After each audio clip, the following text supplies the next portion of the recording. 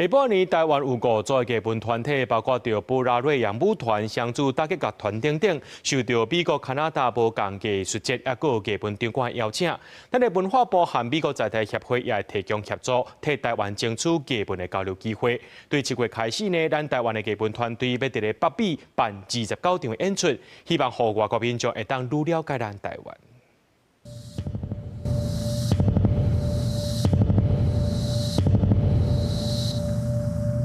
用台湾书法家当用字的创作结合科技编舞来表现文字甲具体线条的美感，这是编舞家黄奕的作品《墨》。今年受到邀请，要去美国的舞蹈艺术节演出。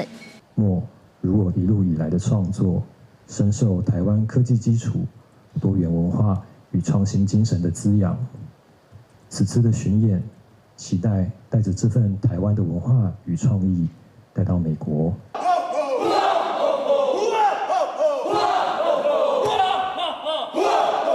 另外，布拉瑞扬舞团嘛要甲以文论部正宫的文化结合舞蹈艺术所创作的路纳，搬到美国的大舞台。在国际是这样啊，他们看过各式各类的舞蹈演出，那可能很少见的是，他们要去透过这次的演出，可以认识台湾的原住民。有科技、有人文，也有打击乐、甲当代舞蹈等等。台湾下半年拢总有5组表演团体，受到北美无共剧院艺术节等等的邀请。咱国文化部和美国在台协会嘛提供协助，让台湾的艺术家通去美国、加拿大等等无共所在去巡回演出，交流台湾文化。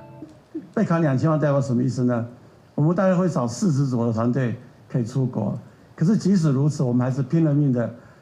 不希望减少这个出国的机会。即将出发前往美国的台湾团队，美国巡演计划，他们让美国观众有机会体验台湾精彩的表演艺术，进而